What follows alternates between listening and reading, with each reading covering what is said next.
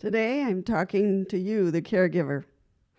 I think that, as deeply as we appreciate everything that you do for us, the wheelchair user, there is an important aspect that I myself want to remind you that your health, your situation, your needs are also important.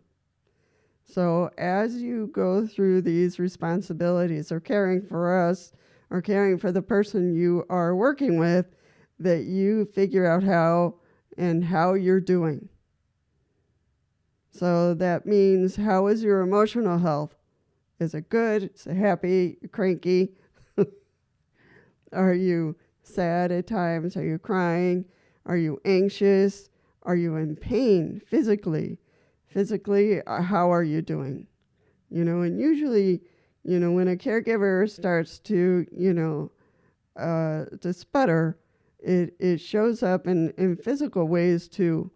Headaches, stomach pain, muscle pain, eye pain. So it'll show up in a lot of different ways. So I really want you, I have a need, and I think that all wheelchair givers, all wheelchair users, and people who are receiving your care want you they want you happy, they want you healthy, they want you to be happy to be there. But it comes to a point where you've given so much that you are just crumbling. And we need to alert you. We want you to assess how you are doing. Because the wheelchair user might say something, and as a social worker, when I was out there on the streets, sometimes I ran into caregivers and they were a mess, and I would say, you need to go home. Definitely, you need to go home. So, and I would talk to them, one-on-one. I would talk to their supervisor and them, because it doesn't help anybody. It doesn't help you, and it certainly doesn't help the person you're caring for. I get worried when I get a caregiver who's in pain, who can't do this, who's lost, who can't remember, things that are important, because I half the time can't remember. If they can't remember, we're in trouble. So So really, it's really important for you to evaluate how you are doing physically and emotionally, and to take those necessary breaks. Take a longer break over the weekend, see if you can have somebody replace you on Monday, and then you have at least, Friday when you get home, Saturday, Sunday, Monday, and you come back Tuesday more refreshed. You plan on doing something fun on the weekends, like go to the movies, go to the beach, celebrate a party with someone, their birthday, the wedding. Those kind of things distract you from the heavy-duty work that you do. And it's really important to do that, because if the wheelchair user starts to express their concern for you, then something's off with you. And you need to say, oh, maybe I need to do something. Sorry, I got a little itch in my nose. So really, really important to take those breaks, to plan those breaks throughout the year. Also take vacation and take a course on caregiving, refresh yourself, up to date if you're working with a certificate or not. You're just a caregiver by osmosis, you're a caregiver by default. So do the things that you need to do to make sure you're in good shape. Because if you fall apart, what is the person who you're caring for is going to do? There's very little we can do. We're stuck in the wheelchair and we have our limitations. So really important for you not to fall apart and to catch yourself way before then.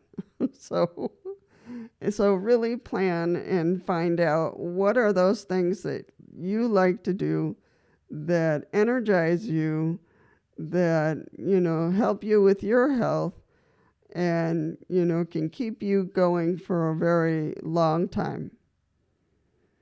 And especially the young ones who are coming into the field or the young ones who are starting as caregivers, be careful. You might have a lot of energy and it's really exciting and you're doing great things.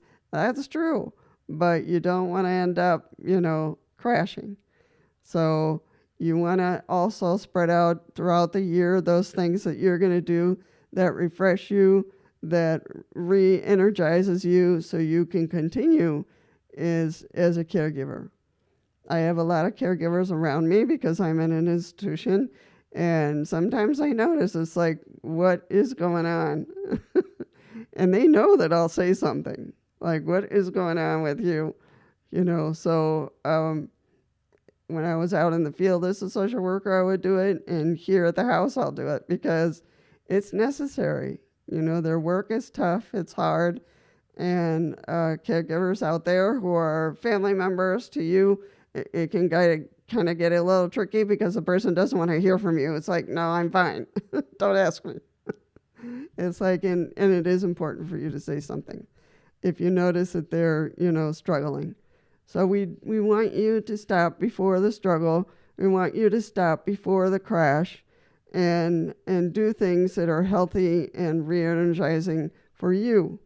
So, and only you know what those things are, whether it's vacation or doing something fun, going out with the girls or going out with the guys and going out bowling, going to a party, going to the beach, drawing, painting, so, and how to take those times out and how to find people who can replace you, because at some point somebody's going to have to come in who's not you and to do your task while you refresh and while you take a rest.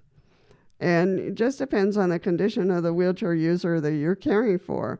I'm pretty independent, but sometimes, I need this or that, and so I have to see if the caregiver is up to it. We have a schedule, but if something pops up or whatever, then we have to find someone else to do it. So I really want you to think about that. Think about your schedule throughout the year and what kind of things are going to help you re-energize and for you not to crash, because there are some people who are just obsessed about caregiving and no one else can replace them, and they just drive themselves into the ground, and that's not healthy either.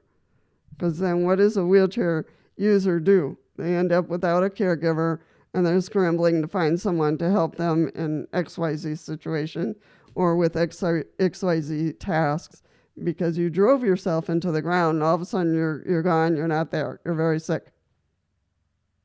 So be careful with your, find ways to evaluate how you're doing in terms of your mental health, and find ways to evaluate yourself physically. If you're having a lot of headaches, stomach aches, because those are the first things that pop up, or pain somewhere. So when you're becoming exhausted, the pain will start to come, and it affects everyone in a different way. So prevent that by taking care of yourself way before you crash. And if you find out that caregiving is not your forte, then it's not for you. It's not your gift. And that's okay. So if you have to find someone else, that's okay. If it's a family member who's taking care of the wheelchair user and there's some clashing and some difficulties, then, you might have to do something different. But the important thing is the health of everyone in the situation, for the person who's being cared for and the caregiver. But in this case, I want the caregiver to pay attention how they're doing. Their mental health, their physical health, they're checking in regularly with their doctor. If you need a counselor, do that. Take the vacations you need to take. Take care of the pains, the aches and pains that you have before you burn out. So that is my video for today, that the caregiver take care of thyself and make sure that the wheelchair user is provided for while you take your breaks, vacation, and timeouts. Before I find you and I give you a timeout, because I've done that. No, I'm not out in my field anymore, so you don't have to worry. Anyway, I'm glad you came. I'm glad you listened to this video. I'm hoping you will consider taking the breaks you need and to restore your health emotionally and physically. Feel free to also subscribe and to like the video so it'll spread around. And I hope to see you very soon.